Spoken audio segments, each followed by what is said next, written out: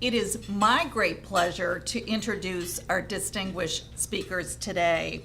Kathleen O'Hara, who was elected village president of Lake Bluff in 2013 after having served as trustee in Lake Bluff since 2011. She has been a resident of Lake Bluff since 1976. She serves as student service and community coordinator at Lake Forest High School after retiring in 2005 from the Lake Bluff Middle School after 36 years of service, 19 years as a social studies teacher, and 17 years as the school's principal. Among her many civic contributions, she co-founded the Lake Bluff History Museum and continues to be an avid advocate of local history and preservation issues. Kathleen, we're going to turn to you first. Well,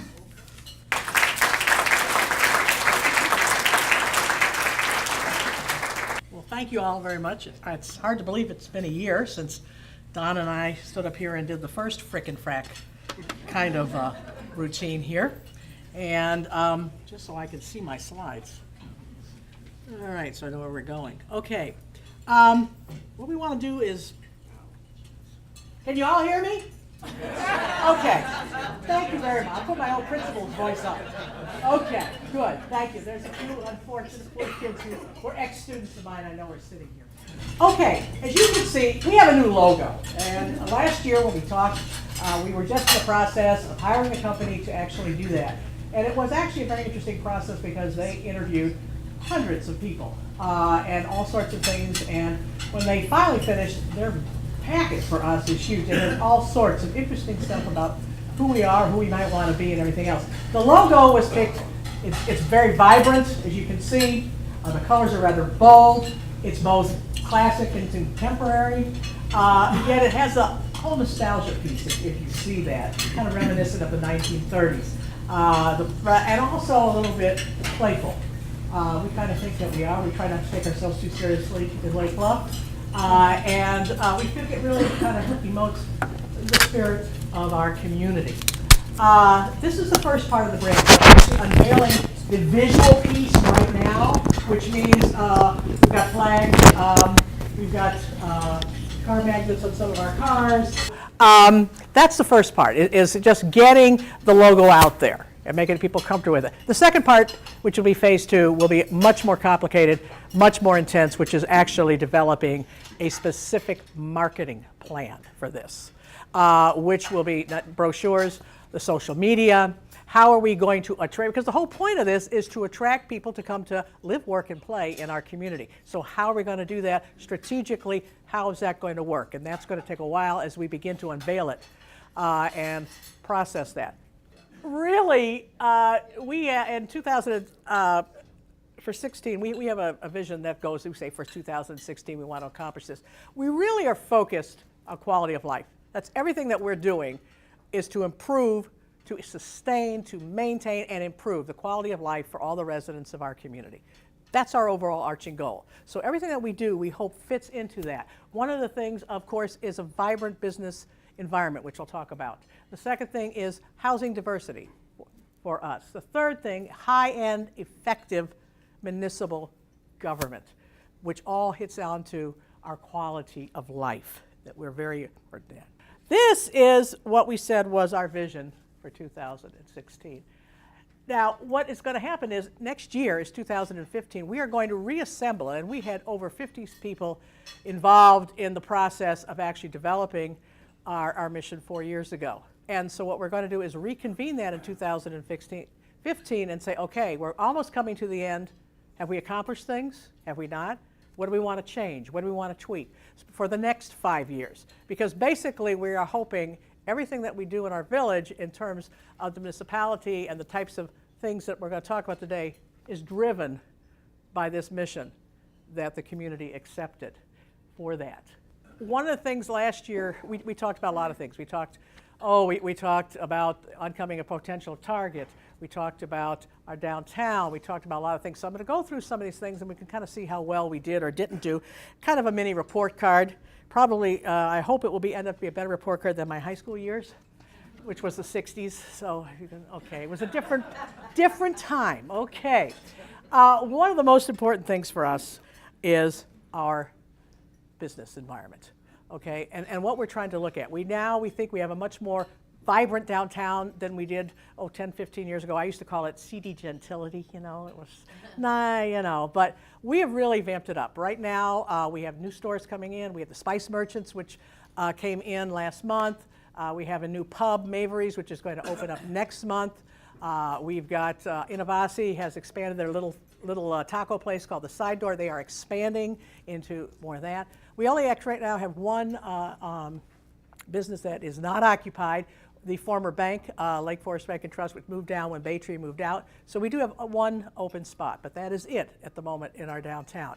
We have a very vibrant Merchants Association that meets monthly. The Chamber, Joanna is a part of that. We really have a really good working relationship with our downtown merchants to plan all sorts of things. In 2011, we conducted the Waukegan Corridor Study, and we brought in people to actually take a look at our aging industrial park, which had been designed circa 1960, with all the zoning, all the things, because that's what it was in those days. It's a different world out there, as you all know, and we wanted to re-look at that to how to make us more attractive for businesses, for perhaps entrepreneurships to come in, things like this type. So we began to look at some of the regulatory things that we have. We decided one of the things that we would do to help that, to make it more attractive for tenants, would be to actually go the PCD route, which is the Planned Commercial Development route, which would take each project itself, kind of see, and then work together to try, which is what we did with Target, to see how that would work.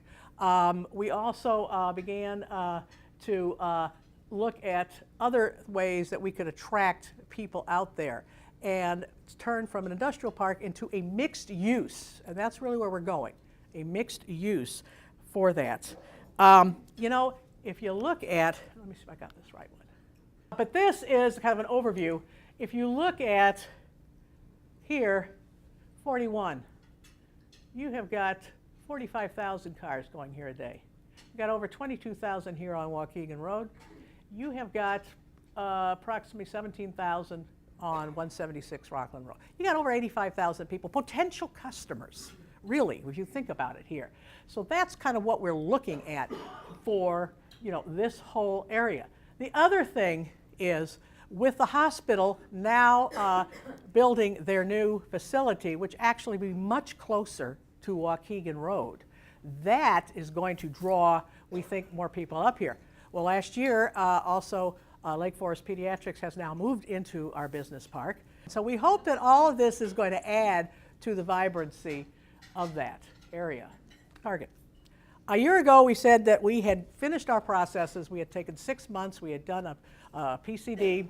We had done charrettes. We had met with Target people. We had hammered out things. And we actually, within 6 months, had worked out a deal that was acceptable to both. But then it was up to Target to decide whether or not they were going to do it. I told you a year ago that they were looking at 30 sites. They were going to choose 20. They actually, because of some of the issues that Target had, they ended up only choosing 2 in the nation this year. We are one of the 2 that they chose.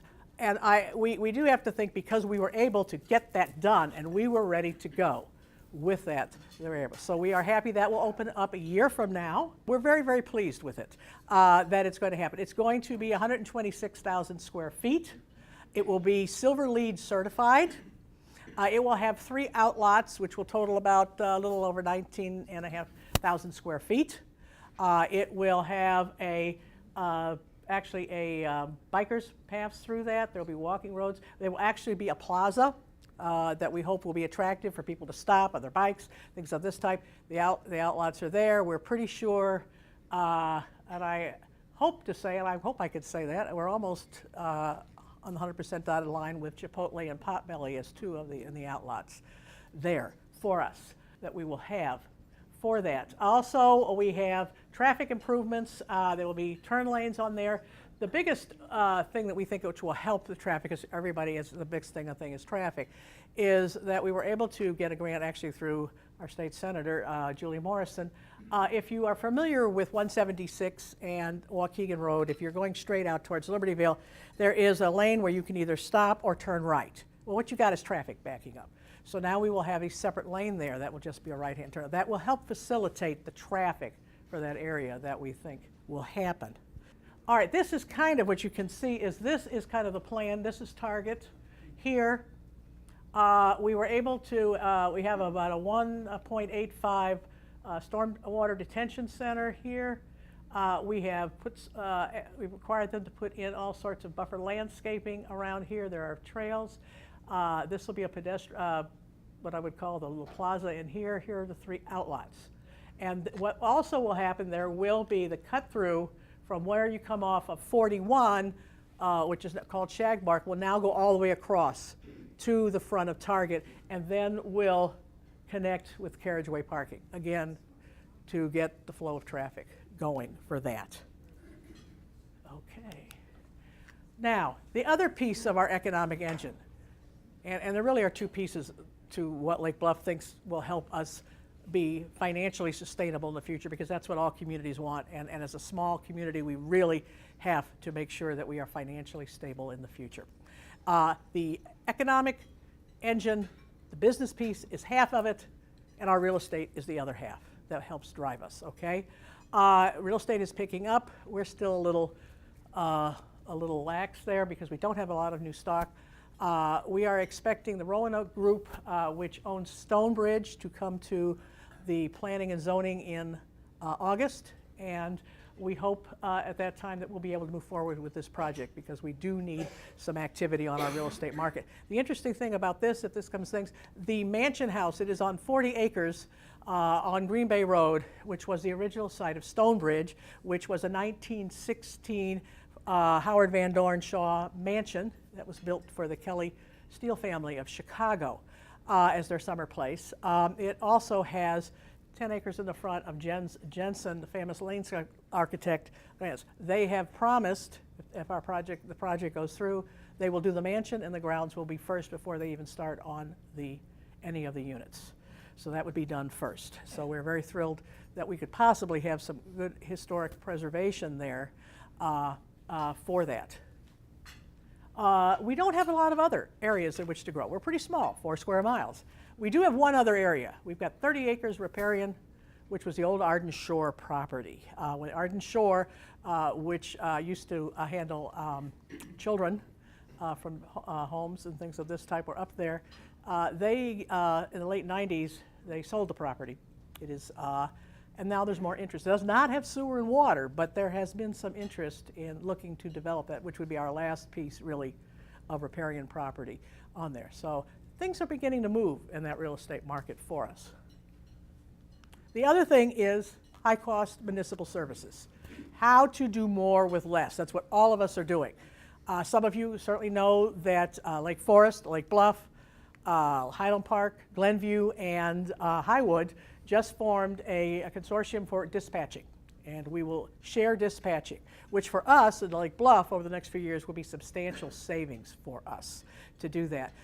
There also are our ongoing task force of EMH and fire with several other communities. We're looking at what we can do. You can perhaps share some things, perhaps consolidate some things, who knows? But it's ongoing dialogue, how to be more efficient.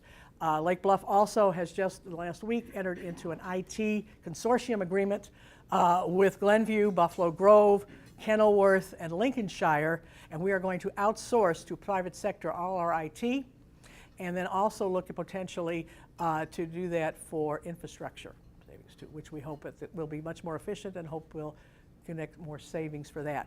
And on our own town level, we have a separate park board, school board, and village, and we've all sent out different newsletters. Well, this year, for the first time, we have consolidated our newsletters as one newsletter and sharing the same communications person and all of the costs, which again, has been very helpful, and it's been great, very positive in the community where they can see everything in their town, just looking through one periodical. We have all sorts of different events that we do, which we think helps us promote community, it helps promote the spirit of Lake Bluff, it helps just get that vitality going as a family-friendly community. We have the farmers market, We have Bluffinia, which is run by the Park District, and even we have block parties. We have the Criterion race coming up. The Criterion race. This is a nationally certified race, only one of 16 of its type in the country, and that will be on July 13th, I think it is. 19th, thank you, sorry. July 19th, and it's an all-day event where we actually, because we're small, we can block off the streets and things. It's really worth seeing. They actually will have two, and what do they call those big screens? Jumbotron, thank you. 2 Jumbotrons. Things, so you don't have to run around and follow them. You will be able to see them as they go around the town. It really, and then there's a big block party afterwards. It's really a good event. Okay, don't worry, I'm winding down here. So we've got, okay, what we have, of course, again, this is from our fourth one. What we've got going for us in our town, again, on the quality of life, we've got 3 things. A robust business community we're looking for, a really robust also housing market, and effective municipal government. And that leads to quality. That's our holy trinity, if you wish. Okay, that is what drives us to add to the quality of life. I hope that we were able to produce, and I hope next year we talk that we will be able to say we've done this and that and everything else, and thank you for your time. Appreciate it.